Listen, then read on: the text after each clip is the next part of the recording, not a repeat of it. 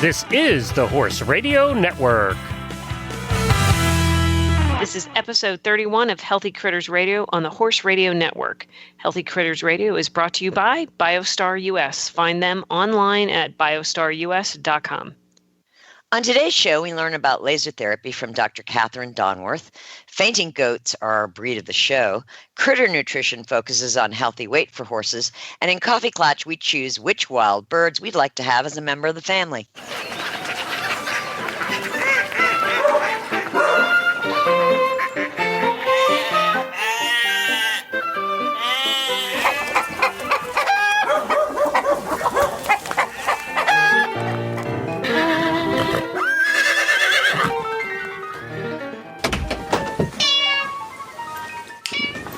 So today, for today's show, we have somebody different. It's not Jennifer, it's Glenn. Hi, Glenn. Hey there, guys. You guys started with me, if you remember, all those 31 episodes. I was shocked when I looked at that. I know. Can you believe that? 30. That's a long time. Yeah. You've been doing Yeah, this. now we're being real bossy and telling you how we're doing it, which I just find the I funniest thing. Doing it right. I will tell you that your December, you did have you had your best month ever in December. We did? Yep. So there. That's and that doesn't include Radiothon or anything. That's just your best month ever. So Cool. yeah. So Well, good for you guys. Hey, before we go on, and this is not Tigger doesn't even know I'm bringing this up, but in the mail today we got Theracom. We got Biostar Theracom K9. Ah, yes. Now, the reason we got this is because we got a sample. I don't know if you sent it to Jennifer, if she got it somewhere, but she got a sample of the Theracom K9, which are these little like biscuits, right? There's a little biscuity, look like treats, little dog treats. Right. And we have this problem because the greyhound we got was a stray when we found her, or when they found her at the rescue, and she was a stray in the woods of Kentucky. And they said that's very common. She was never raced, but they find them as strays all the time because they use them to the backwoods Kentucky dog breeders breed them with hunting dogs to make faster hunting dogs. Oh, okay. So, then what happens is the greyhounds determine they don't like living there and they escape at some point, and that's what they figure happened with this one. And as a result of that, she is terrified of gunfire. Just terrified. I mean, and that probably comes from being at a hunting camp, right? So she's terrified of it. She just shakes, and she's inconsolable when she hears gunfire or a thunder or anything loud. And we have a thunder shirt, and that works to a certain extent, and it does help calm her down a little, but nothing worked as good as the Theracom K9. And again, we just had a little sample pack, and Jennifer said, I'm just going to try these. I don't know what they do. So she gave her one, and it takes about, I don't know if this is what it's supposed to take, Tigger, but it takes about 15, 20 minutes, and then she's just like mellow. We used, a long time ago, we used Kava Kava on my first Hackney horse, who was a little high when the farrier would come, like literally high on 2 feet, would stand up the entire time the farrier was there. Whoa. And the farrier finally said, I'm not doing this horse anymore. And I said, what? You can't do the feet while they're up in the air? So, this little Hackney. It is a Hackney. Yeah, Come on. a little roadster Hackney of all things, who they had terrified to death. So we would give that Hackney Kava Kava. And what Kava Kava does, and Tigger can probably explain it better than me, but it just focuses them. It's like almost an attention deficit drug, where it doesn't make them drowsy, but it helps them focus and not be so nutty. But they don't get drowsy. And this one, it was almost that way. It calmed her down, and she got a little drowsy, but she was more calm than taking a sedative and going to sleep. Right. Does that make sense? Am I right? Yep. You're 100% right. And I don't know what's in actually, you could, if you gave her more, she would take a nap. Oh, so that's the cool thing about, you can regulate. If you just want to reduce the stress, you just give them 1 or 2. If you want to knock them out for a couple of hours and get some work done, give them more. Well, this That's stuff so works cool. great. It works great with her. So now if we give her one of these and put her, she has a crate, and she loves her crate. All greyhounds seem to love their crates. And we just shut the door in the crate and give her one of these, then she settles out. And it's just the only thing we've found. Again, the Thundershirt worked, but not quite as well as this works. Yeah, and what I love about Theracom is it gets to the root of the issue, which is the cortisol being released from the adrenal glands. Yeah. But yet I'm looking at the stuff in here: pumpkin meal, coconut oil, beef liver powder, flaxseed. I didn't see anything in here that would holy basil, which you've talked about and Dr. Wendy talks about all the time. Yep. But I didn't see anything in here that would cause the sedative effect. Well, holy basil helps produce serotonin in the brain. Ah, okay. So it's the holy basil that actually is helping with that? Yep, the holy basil also reduces cortisol. Yep. Jennifer Okay. wanted to feed it to me a couple days because I was acting up. Uh-huh. But I don't recommend it. Well, I can't eat it because I'm a vegetarian, but it does have a liver flavor from the desiccated beef liver that is I in actually nibbled a little bit of it, and it does not You taste good. did? It does not taste good. I did not eat it. I just went, and it does not taste good. No. it. No. No. Dogs love it. Humans, not so much. Well, and I'm going to chime in and say that I use it for my horse, and we just did a clinic with Robert Dover, and it was the first time I've ever used it with him traveling, and the settle in, not that he's ever nervous, but putting him in a trailer and making him go new places and do whatever, it's always an issue. And it was the smoothest transition bringing him someplace, so I will never not use it again. Wow. It was absolutely positively the smartest thing I could have done. So That's it was a good time. awesome. Mm-hmm. Yeah. And it's not like you're using, I guess it does say on here that you can use it, every day. But, we just use it when she needs it. And so you're not using a lot of it. No. And one cube for her, and she's 45, 50 pounds, does the trick. So, yeah. I'm sold. I'm sold on this one. Yep. Oh, thanks, Glenn. Yep. Thanks, Patty. Yeah. It's a cool thing. Good work there, girl. Good work. And people buy it just at biostarus.com? Yep, biostarus.com. And it comes in a little tub, and it has 30 cubes there's in it. one kind for canine. The equine is a little bit more advanced. Well, we have a big show planned for tonight, don't we? We do. Are we Lots So of let's get on with it. Hey, guess who gets to ask the question of you know who tonight? You do. And I have hope a you don't make her. plan. I hope you don't make her angry before she even gets talking. Yeah, well, we'll find out. It's time We'll for find Hedwig.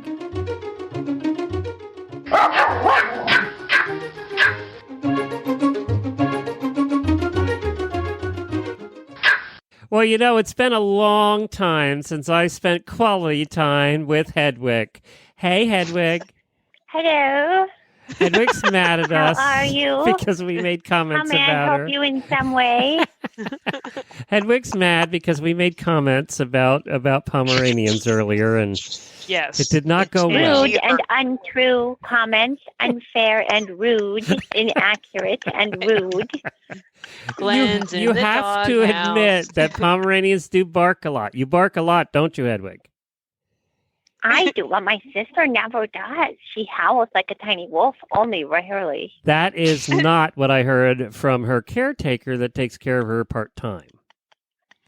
Well, that's Oh my because gosh. she left us in a closed room, and that was really all her fault. If you do a stupid thing, my sister will bark. Hedwig, you're going to be sorry you came on tonight because they let me come up with the question. And I am shocked that in 31 episodes, this question has never been asked. Is the answer cheese? No. Well, it could be, actually. Well, yeah, actually, you're right. Maybe it could be. I All said right. cutting cheese. Yeah. Hedwig, why do you lick yourself in the backside? I don't. That would be exceptionally rude. I don't do that. You don't do that? Are you the only dog in the world No. that doesn't do that? No, my sister doesn't do it either. Oh. Wow. Well, that's okay, Chippies Hedwig. don't do those Okay, things. Hedwig, I have another question. Why do other Okay. dogs do it? Mm. Because they're ill-bred mongrels. And there you go. And that's the answer to that question. Yep. Did you hear what Hedwig said about you, Glory? I have a beautiful greyhound, and my greyhound is now mad at you, Hedwig. Oh, I'm quaking in my stylish and inexpensive yet fashionable boots. Yeah. And what's your favorite brand of boots, Hedwig?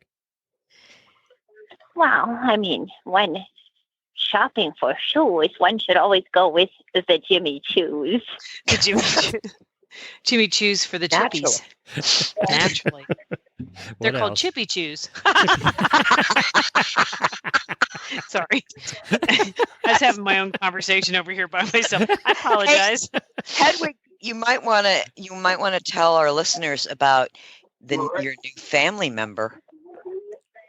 I really don't, actually, because that would make him real. Oh. What is he? What is he, Hedwig? Bitter tonight. He's a Swedish Valhund. Like, that's a breed. It's not even a real breed. I don't even know what that is. It's sort of It looks like a corgi, but it's gray, and it's like a sumo wrestler in its front end. It's food. Does it bark all the time, and does it lick itself? It does not bark all the time. It doesn't lick itself much. It bites a lot, though, which is an undesirable characteristic in a small dog, if I may say so. We're trying to train it to be better behaved, but so far, no luck. And so so what is your little baby brother's name? Little Man. Little Man? Little Man? Yes, his name is Little Man. No inferiority complex there. Yeah. Little man amongst big women. Yeah. He's never going to be tall, so I thought it was best to just clarify that for him now. Always going to be short and lesser. So lesser little man. Exactly. Mm-hmm. No need to encourage him. Did you get some bad cheese today, Hedwig? Because you're in a mood. It was the whole chippy What comment. time do you think it is? What time is it in your world? Is it time to Is eat? it 6:51 or something? Yeah, is it time to eat? It is an hour and 51 minutes past time to eat. Perhaps you would like to inquire why I am being systematically starved. Okay, I'll inquire. What the heck? I don't know. I have done nothing wrong. My sister and the brother are also in this situation with me. I might eat him. He's squirmy, though. He's squirmy. Well, it's probably because he's really hungry. Well, thank you, Hedwig, for joining us and solving the mystery of the universe. Why dogs lick themselves. No worries. Ill-bred mongrels. That's very simple. Okay. I'll put that in the show notes for anybody that forgets. Yep. That's now the title. The World According to Hedwig. Yeah. Thank you, Hedwig. Okay, thanks, Hattie. Go eat now. Hattie. Okay, bye. Well, we have a big show planned for tonight. Let's just get to our first guest. And we're here with Dr. Catherine Donworth. She is a small animal vet, and she's going to talk to us about using laser therapy on small animals. Welcome, Catherine. Welcome. Thanks. Great to be here. Thanks. So, can you, as horse people, the lasers have been around for quite a while. It's pretty common therapy, but it's kind of relatively new in the small animal world. It is. It's been licensed by the FDA to use in this country since 2002. But as the years have gone on, it's become more accessible to more small animal veterinarians, and we're just seeing more and more studies come out that show the positive benefits. And so you're finding it more in the general practice situation, and it's not so much just in the vet schools and the specialists anymore. You know, it's a tool that is accessible to most small animal veterinarians now. Is it mostly cold laser? Yes. Yeah. Okay. Although it's called a cold laser, but it actually, when you're doing it, it feels warm. So explain what that means, because I'm sure some of the listeners are wondering, okay, how many lasers are there? I mean, there's cold laser, there's hot laser. I mean, explain that. So I think when people think of lasers, they think of more the surgical lasers. Yeah. And the cutting lasers, the lasers that are used for actual, cutting tissue during surgery when an animal is under anesthesia. So I think this is termed cold laser to differentiate from that. It's not a cutting laser. It's a therapy. It's a topical therapy laser, which is sometimes referred to as cold laser, in that it's not cutting. Okay. And it hits a wider area than a cutting one, right? I mean, it's a wider. Yes. Okay. It's a different wavelength of laser light. It's still laser light, but it's a different wavelength, and it's distributed. It's not as concentrated a beam, so the energy isn't as concentrated. Gotcha. So it doesn't cause any tissue damage or any cutting to the tissue. And what kind of conditions do you find in small animals really benefit from laser therapy? There are a lot, but the most common time I reach for the laser is older dogs and cats with osteoarthritis or degenerative joint disease. That is the most common reason I reach for it, and really where it has been, I've seen the biggest benefit. You know, it's interesting. One of my dogs has been diagnosed with dysplasia of the elbow. Who's it? Oh, wow. Sabi. And he's pretty lame from his shoulder and his elbow. And he's just a month ago had PRP. And what the, follow-up procedure was that he needed to be lasered 3 times a week. Right. And, fortunately, being in the horse business, we happen to have a lot of lasers handy. But what for the, normal small animal owner, do they bring their animals in several times a week for this treatment? Yeah, the typical protocol for a chronic treatment or for a chronic disease like osteoarthritis or degenerative joint disease is the first week I'll treat them 3 times. The second week I'll treat them twice. The third week I'll treat them once. And then, depending on the case, most dogs are maintained with the treatment every month. Some dogs can go as long as 6 to 8 weeks. And then I have some very severely affected dogs that need it every couple of weeks. Okay, wow.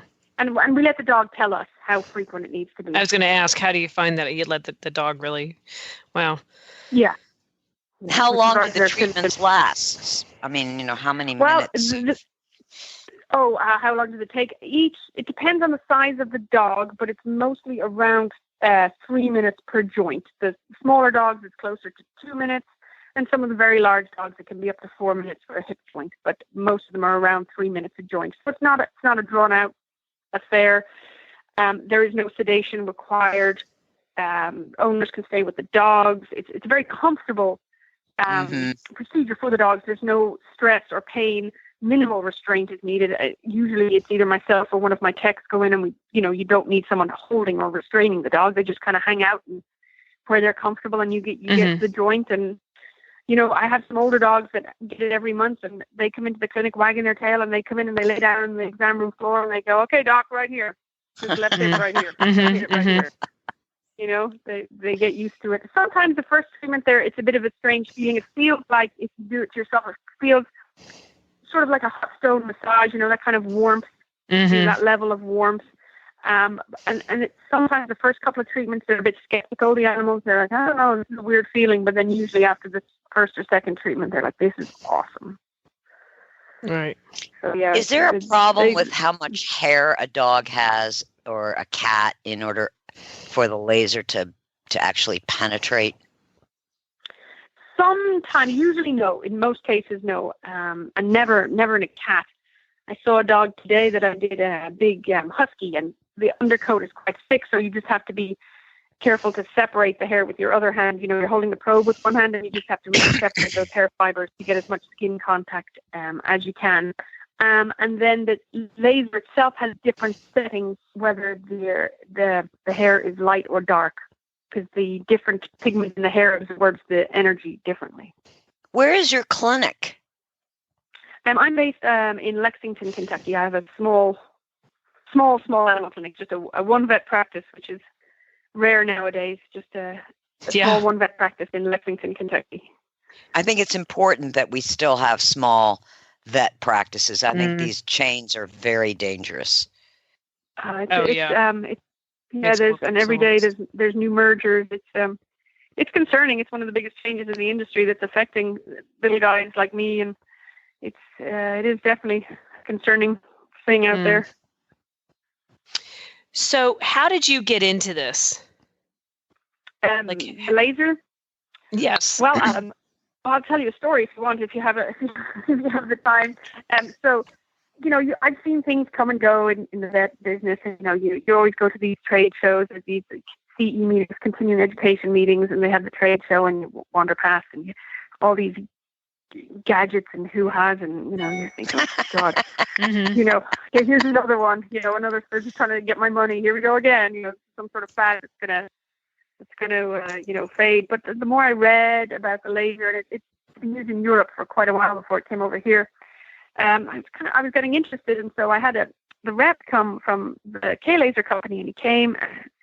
He bought the machine, and he was telling me and my staff about it, and he did a laser treatment on my golden retriever who has elbow dysplasia, and he was telling me about it, and it's kind of hard to see an immediate effect with a chronic condition like that, and I was thinking about it, and then he was packing up to leave, and I had a client come in all of a sudden. She didn't have an appointment or anything, but she came in. She's an older lady, and she was crying, and she was a big older dog that we've known that had arthritis for a while, and she was crying, and she said she found him that morning, and she doesn't hear very well, and he had obviously slipped overnight and gotten stuck, and she hadn't heard him, and when she woke up in the morning, he had kind of got stuck with his back leg splayed, and he was a big dog, a 60-pound dog in his teens, so that's an old dog, it's an old dog. And she was saying, please put him down, I can't bear to see him this way, put him down. And I said, okay, hang on, will you give me 5 minutes, and she was distraught, and all the staff, because we've known this dog for years, and everybody was distraught. And so the guy was packing up the laser, and I said, okay, all right, come on, unpack it, bring it in here to me. And so I said, all right, let's see what happened. So we lasered the dog's hips, and we lasered his groins. And the more acute an injury is, the more dramatic the response with the laser. And this is no word of a lie. That dog, after lasering both hips and both groins, stood up and walked out of the clinic. We'd had to carry him in a stretcher. Wow. He stood up and walked out, and that lady was just beside herself with happiness. Wow. And I'm sure. I said, where do I sign? This is, it went from a depressing appointment with everyone feeling really down, and the owner's heart was breaking to a dog pretty amazing. that, walked out of the clinic. So that's amazing. That's it. Yep, Give me the machine. Hand it over. Yep. Yeah. And so, and so how many years has it been? How long have you been doing this? I've had it 1.5 years now. And have you seen similar results where you were just sort of like blown away by it? Yeah, I mean, mostly they're not that dramatic, I'll be honest with you. Right. But some can be, especially, like I said, the more acute an injury is, the more dramatic the effects with the laser. So you'll see quite dramatic effects if you're using it to treat an acute disc injury in say, a dachshund back or something like that. Mm-hmm. Usually with an osteoarthritis case, it can be 2 to 3, even 4 treatments before the dog really starts turning around. But in a lot of cases, we've been able to get the dog off what we call an NSAID, or a non-steroidal anti-inflammatory, like carprofen or Rimadyl or any of those, which I'm not saying they're bad. Of course, they're not bad. And you can use a laser with them. But I've had some dogs, older dogs, that can't have those drugs for whatever reason. Maybe they've got a kidney problem as well as a joint problem. And so you're very limited in what pain medicine you can use. So it's really, I have had several dogs that would have not been able to keep going without the laser. We would have had to put them down because of quality of life concerns, chronic pain, right, mobility issues, especially big dogs. You can't, it's not easy to lift an 80-pound dog around the house if their hips go out, Right.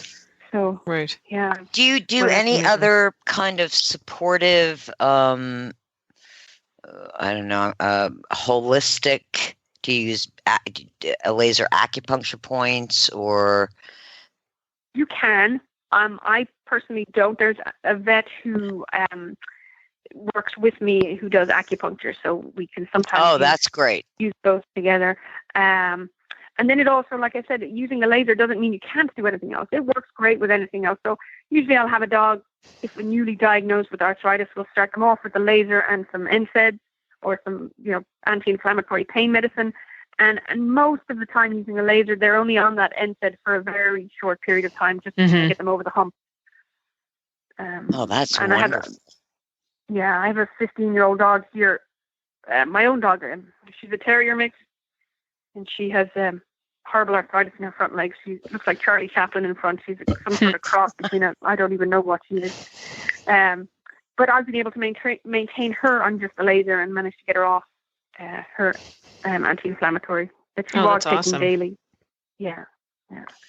Catherine, can I make an appointment for tomorrow for myself?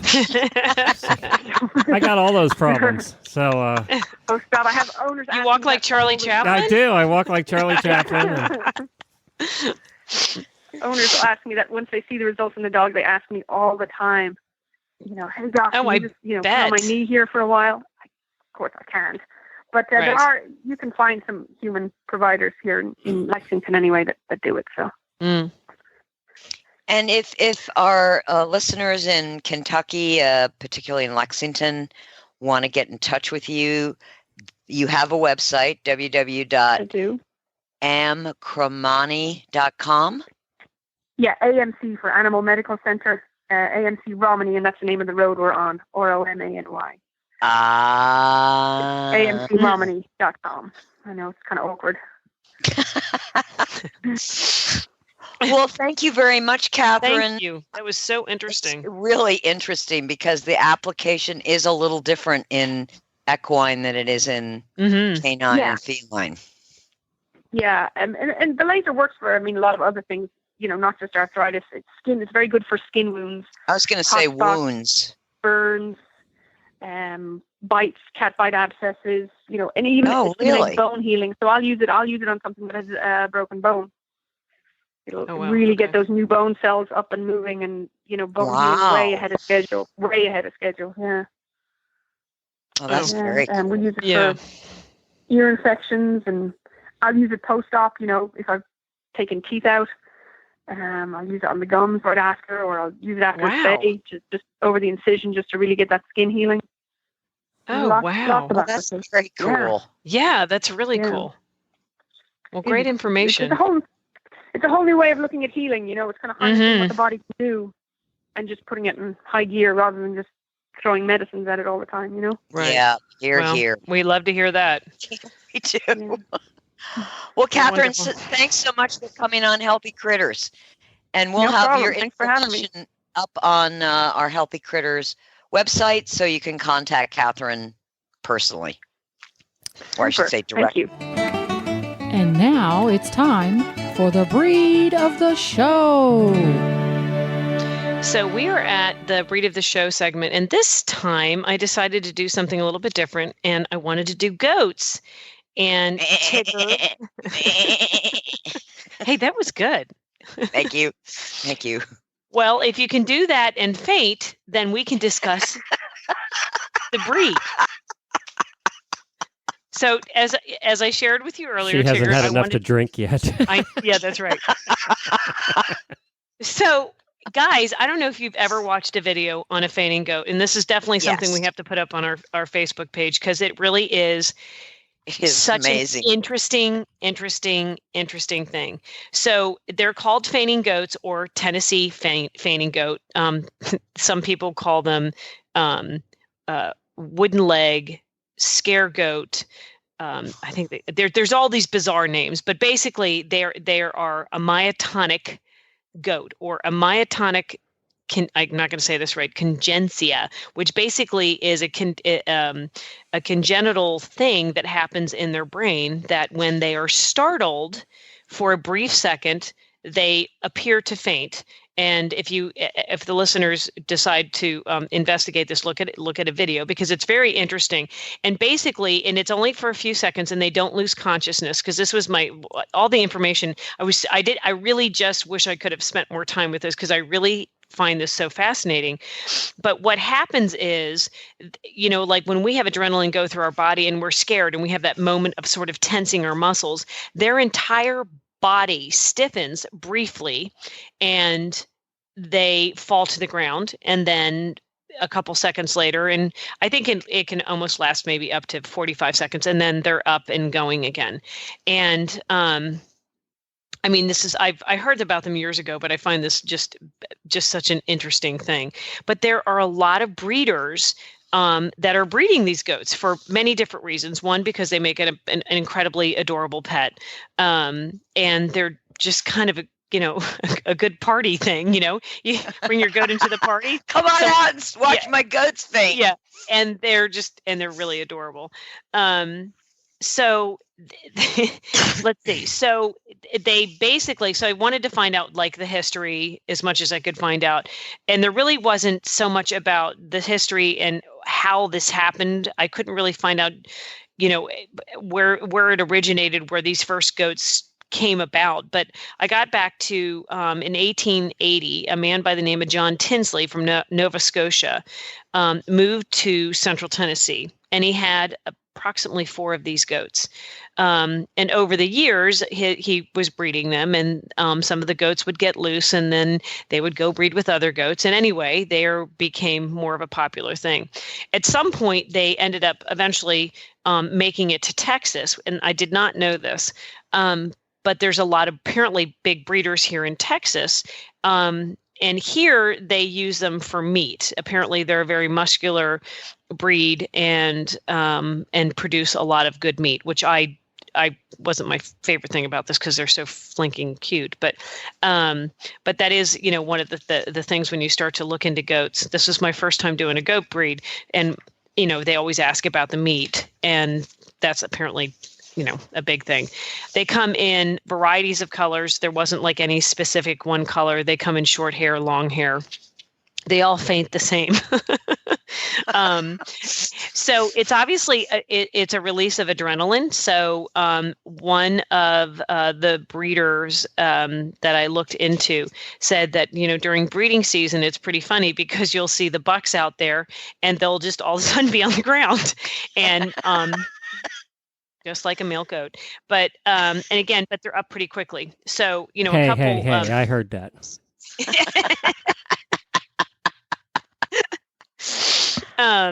Some of this research that I did say that some of these symptoms will lessen over time.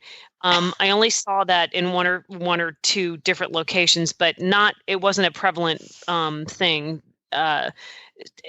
Saying that, if you get a fainting goat and you're looking for a fainting goat, that over, when they get older, that they'll eventually stop fainting. I don't know that is as common. I think once a fainting goat, always a fainting goat. They are extremely reproductive. There are a lot of different websites to really research this more, because it's really very interesting, all the people that really get into this, but they are actually the American livestock breeds on their conservation list, because I guess they consider them.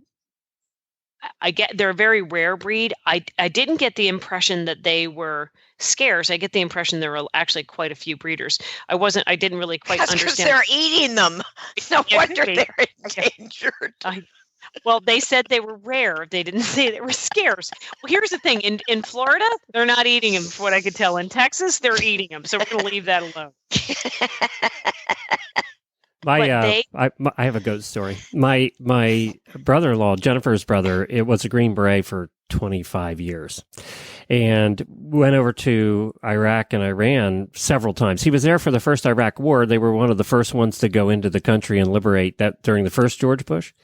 Mm-hmm. And so he had to spend, if you remember right, they were bombing for 40 days before the troops moved in, and he was on the border in the desert with the Iraqi troops, stationed with the Iraqi troops. And he said every day they would disappear in the middle of the desert. He said they didn't know where it came from, but they would bring back a goat.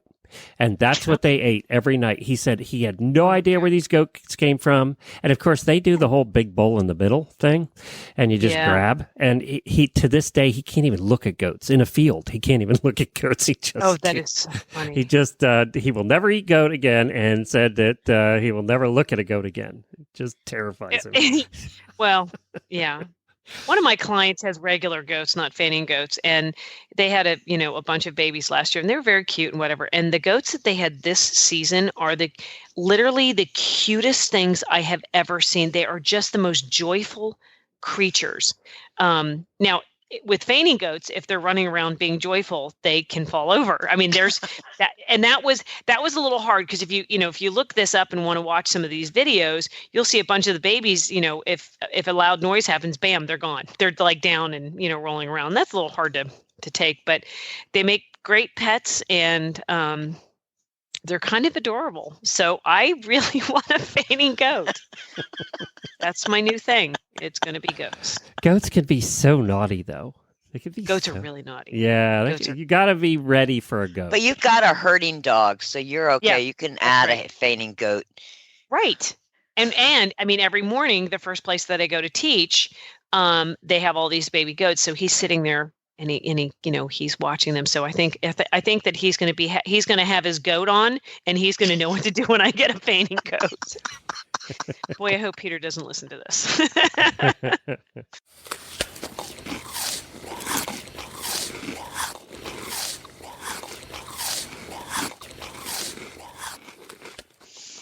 Today in Critter Nutrition, we're going to talk about healthy weight for horses. As we know, diet and exercise are critical to maintaining healthy weight. With easy keepers and those with metabolic imbalances, being vigilant on sugar and starch content, which is referred to as NSC, non-structural carbohydrates, of hays, forages, and feed is of primary importance in the caretaking of these horses. A decade ago, very few people had their hay tested for NSC. Now it is almost a requirement in the management of easy keepers and metabolic horses. Horses evolved to graze, moving miles a day in search of food. The grasses they ate were not the high-calorie grasses of today, but moderate to poor quality prairie grasses and native grasses. The wild horse bands in Nevada today currently travel up to 15 miles a day browsing for food. Our stall-bound and pasture-bound horses eat much richer grasses and hays and don't cover 15 miles a day. Although no research directly related to equines has been done, scientists at the Norwegian Veterinary College, in a multinational collaboration with researchers in Austria, Hungary, Ireland, Turkey, and Australia, conducted experimental feeding studies over a 10-year period with genetically modified soy and corn. Animals fed the genetically modified corn and soy got fatter quicker compared to animals fed a non-genetically engineered diet. The animals tested were rats, mice, salmon, and pigs. The findings were published July 11, 2012 in Norway by Foreskin.no, an online news source devoted to Norwegian and international research. It showed that animals fed genetically engineered food ate more, got fatter, and were less able to digest proteins due to alterations in the microstructure of their intestines. Soy byproducts, and soy oils are among the most common ingredients in commercial horse feeds and are genetically modified. Another compelling and possible connection to obesity in equines is the herbicide glyphosate, also known as Roundup. 10 independent published research studies on animals demonstrate that glyphosate interferes with the biochemistry of bacteria in the GI tract, depletes essential amino acids, including tyrosine, tryptophan, and phenylalanine. The disruption of bacteria in the gut can contribute to obesity, inflammatory bowel disease, and immune challenges. Interestingly, the beneficial bacteria in the gut, primarily Lactobacillus, Bacillus, and Bifidobacterium and Enterococcus, were the most affected by glyphosate. The more harmful bacteria, such as Salmonella, actually increased when exposed to the same levels of glyphosate in the gut. Vascular dysfunction in metabolic horses. A study published September 29, 2016, entitled Vascular Dysfunction in Horses with Endocrinopathic Laminitis, showed that endothelial dysfunction associated with metabolic syndrome and Cushing's disease affects the laminar vessels and facial skin arteries of the horse. What this means is that the inner lining of blood vessels do not dilate fully, thus causing constriction and the reduction of healthy circulation. Finally, there is a whole food multivitamin mineral supplement for easy keepers and metabolic horses that has been tested for the non-structural carbohydrates and includes the most advanced Ayurvedic extracts for the management of weight, healthy blood glucose levels, healthy endothelial function, and reduced inflammation. This product is called Optimum Healthy Weight. The NSC of Optimum Healthy Weight is 9.8%. Combining super whole foods such as organic spirulina for its superior plant chelated mineral content, organic kelp for additional minerals and thyroid support, organic kale for sulfur essential to tissue elasticity, antioxidant protection, and regulation of metabolism. But what makes Optimum Healthy Weight so unique is that it contains a patented ingredient called Chrominex. This ingredient is a complex of trivalent chromium with Ayurvedic medicine's Indian gooseberry extract known as capros and the ancient Ayurvedic resin from the Himalayas known as shilajit. Chrominex has 7 published studies behind it, including one on horses, therapeutic efficacy and safety evaluation of a novel chromium supplement in horses, published in 2015. The benefits of Chrominex. It supports healthy endothelial function by dilating the inner lining of blood vessels to support a better flow of circulation. Provides shilajit, a nutrient and mineral biomass found in the Himalayas that contains fulvic and humic acids as well as over 80 ionic minerals. Research has shown that shilajit improves the bioavailability of CoQ10 and regulates genes for collagen synthesis. Shilajit increases the function of the cell mitochondria, helping in the production of ATP, thus increasing stamina and energy. Fulvic acids have been recently studied for their ability to improve gut health by closing the tight junctions of the gut. Glyphosate exposure over time will prevent the tight junctions from closing. Chrominex provides trivalent chromium, that is an important mineral for carbohydrate and lipid metabolism. Trivalent chromium was identified in 1959 as the active component of the glucose tolerant factor molecule. Chrominex can control blood glucose level and improve the lipid profile. It significantly increases the level of antioxidants in the body, including vitamin C, vitamin E, glutathione, and superoxide dismutase. It provides mucosal protection to the GI tract, and in a 2012 study showed anti-ulcer, regenerative, and repairing effects on induced ulcers in rats.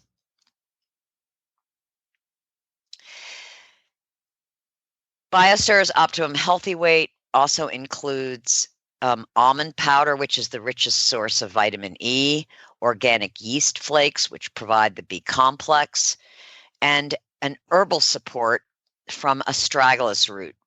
Astragalus root is a member of the legume family that has been used for centuries in traditional Chinese medicine to reduce stress. This plant has demonstrated action on protecting pancreatic beta cells. Those are the cells that produce and release insulin. For antioxidant support, Optimum Healthy Weight includes astaxanthin, a carotenoid from microalgae that is considered a super antioxidant because it can neutralize multiple free radicals, unlike other antioxidants such as vitamin C and E, who can only bind one free radical molecule at a time. Astaxanthin is a lipid-soluble antioxidant that on the ORAC scale of antioxidant values places astaxanthin higher than vitamin E, vitamin C, beta-carotene, green tea, or resveratrol. Other supportive foods in Optimum Healthy Weight include organic black pepper. This food has a history in Ayurvedic medicine for the treatment of diabetes. Black pepper contains piperine, which studies have shown increases the bioavailability and effectiveness of other nutrients. Sunflower lecithin, which is non-GMO, it's an important cofactor for the absorption of astaxanthin. Sunflower lecithin provides phosphatidylcholine, another important antioxidant and brain food. Last but not least, organic fennel seed. It's traditionally used for supporting digestion and balancing blood sugar. With an NSC of 9.8, this whole food multi-nutrient supplement for easy keepers and metabolic horses provides the science and efficacy of ingredients to assist in the management of these horses. Real horses and real dogs are healthier, perform better, and recover more quickly on real food. That's why Biostar empowers horse and canine owners with 100% whole food nutrition, supplements, and feeding programs. Biostar products are made at their own certified non-GMO facility in Gordonsville, Virginia, using real food ingredients that are raw, freeze-dried, or dehydrated, never cooked, and are free from artificial flavors, colors, soy, corn, wheat, and molasses. The Biostar product line includes a wide range of whole food, horse and dog supplements, treats, and unique artisan poultices that embrace the ancient and traditional uses of clay and plants. Visit biostarus.com today and learn about whole foods and canine and equine nutrition so you can make the best decisions about the care and health of your horses and dogs. That's biostarus.com. Whole food nutrition the way nature intended.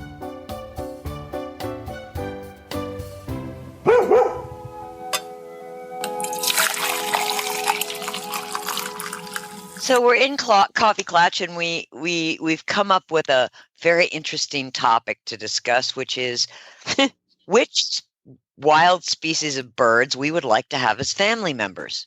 Mm-hmm. That's in addition to our present family members, not as a substitute. Well, right. That changes everything then. I got to find new ones. Tigger, I think you should go first. Well, the first one on my list is a toucan. I thought of toucan. Yeah, that's a good one. Yeah, I did. I totally thought of a toucan. And you know why I would like to have a toucan as a member of my family? Because of the cartoon? Because it always reminds me of Fruit Loops, and that was my favorite cereal. That's right. Which is kind of funny considering what you do for a living. I didn't know that then. I have such fond thoughts of toucan. It would be nice to just have one hanging out. Now, you were Fruit Loops. I was Lucky Charms. I love. Then you would no toucans in and Sam's. No, Sam's. Little leprechauns. Now I'm going to try and play us some sounds as we go here. The toucan. Okay. Let's. Well, that's how I sound in the morning. It's before coffee. That's a tigger. That's not a toucan. Okay, that is not an attractive sounding bird. It looks cool, but not a very good sounding bird. Okay, Patty P. Okay. God, their beaks are big. Toucans. Their beaks are huge and bright orange. They are a cool looking bird. Colors. You might always looking at a rainbow. You might win this one. Okay, go ahead. Well, hold on. I haven't gone yet. Oh, okay. Okay. And this is /wild/ I think they're wild. I mean /domestic. No, I guess they're wild. Flamingo. They're wild.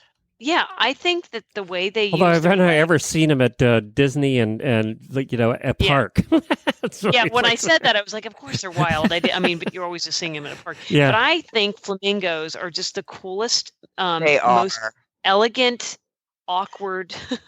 I have a problem with having one of those in the house, though. And that is, have you been to the flamingo enclosure and taken a whiff? Oh my God, they are the stinkiest birds in the world. Aren't all birds stinky? Oh, though? The flamingos are worse because they eat the shrimp. This is what makes them the color, and they are stinky. It is awful. You go by, if you go to Disney and you go to Animal Kingdom. You know, the flamingo might walk into your house and go, these humans, they eat meat. Yeah, but I can choose to have the flamingo in my house, and the flamingo can choose to stay out of my house. So, yeah. I'm just saying, let's hear what flamingos sound like. I don't know what flamingos Oh, that's good. Well, they sound better than the toucan. I like their sound. Yeah. True that. Oh, that's funny. Okay, so Glenn. Okay, yeah. I only had one because I didn't know we were going to be overachievers tonight. We always are, yeah. So it's been a while since I've been on the show. I forgot about Tigger. So I have, because we have so many here, and I just think they're cool, and we see them almost every day here, and that's a hoot owl. Yeah. Owls on my list. Yeah, hoot owls are just so good looking, and that's good. yeah, I gotta go with hoot owl. And I think everybody. Let me see if I can find a hoot owl. Hoot. Yeah, that's about it.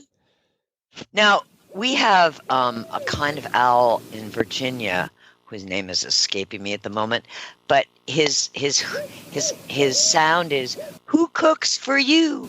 Who cooks for you?" Oh. You know what we have that's absolutely terrifying? We have hoot owls and we have screech owls. Screech owls. Cool. When they are outside your window in the tree and they go at it, it sounds like a baby being tortured. It is just... screech owls are awful sounding. Oh, yeah. They really are. I wouldn't want one of those in the house, but a nice hoot owl, perfect. Yeah. Yeah. It's a barred owl that says "Who cooks for you?" Oh, I have that. Bard. You want to hear it? Let's see. No, That sounds like There it is. there there it is. Who cooks? That's it. Yep, that's right. It is kind of like Who Cooks for You, isn't it? Oh, that's so funny. Huh. That is good. Yeah. So that was mine. Okay, that was a good one.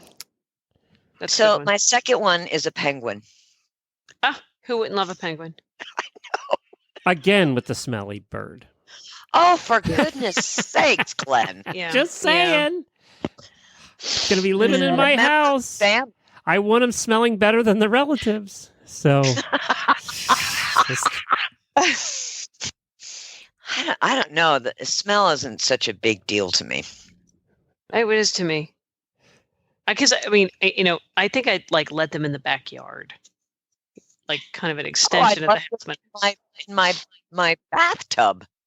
Oh, a penguin? Yeah, but penguins. Oh God, they're so cute. I love penguins. So, and you know what? You can always, put a little essential oil on them.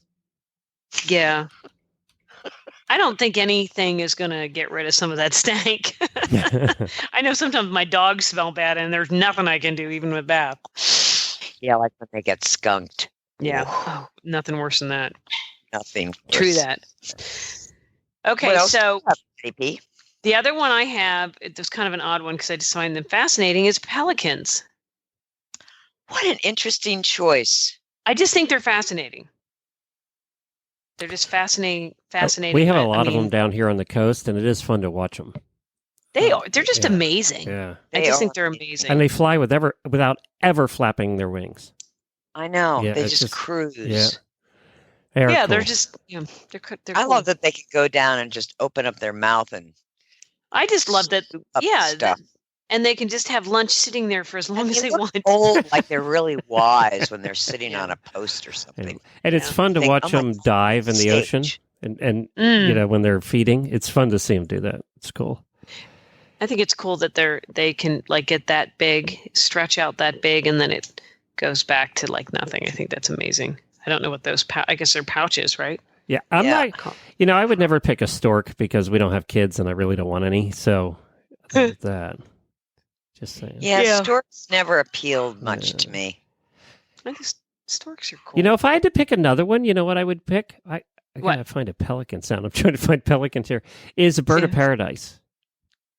Oh, what do they look like? If you look I up only a know bird that of as a paradise, plant. no, it's actually a bird too, and they're really cool looking. Oh, that explains it.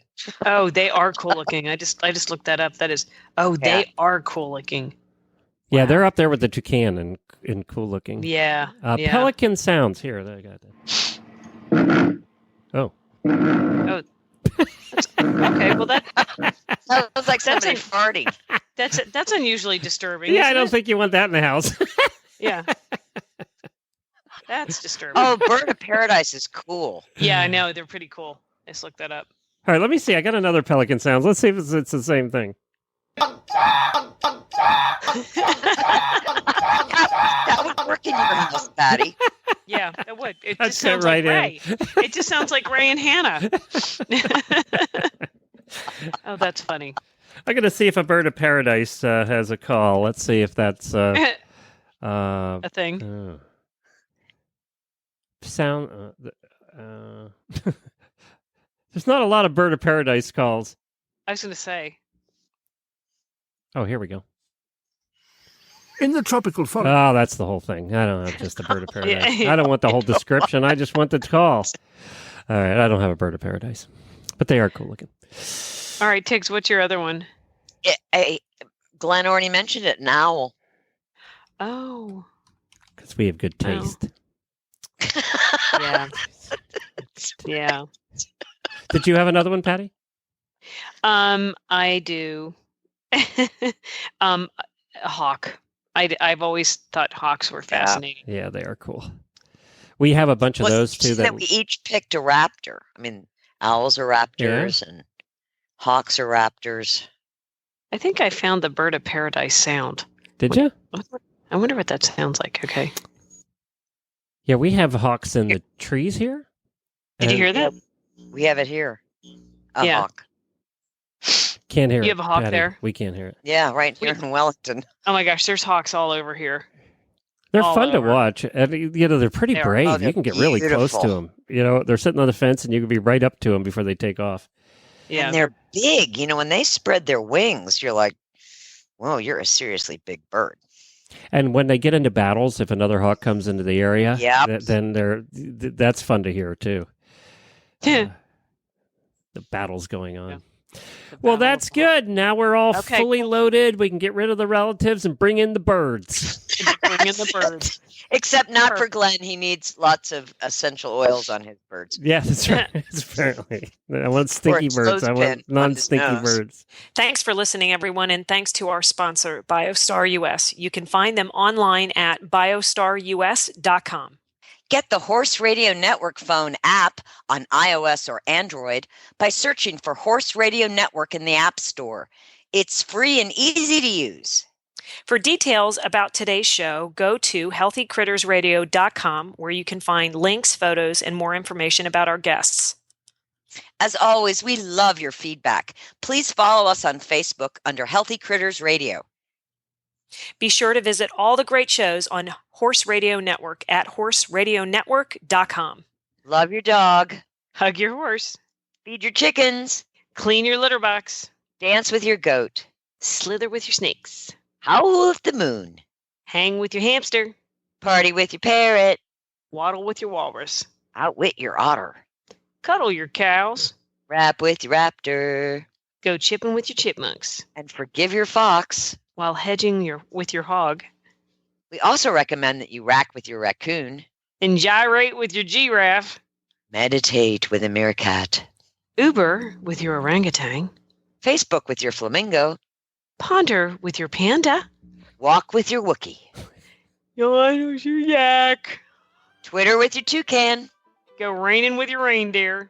Dropbox your dragon. Snapchat your salamander. And take a selfie with your squirrel.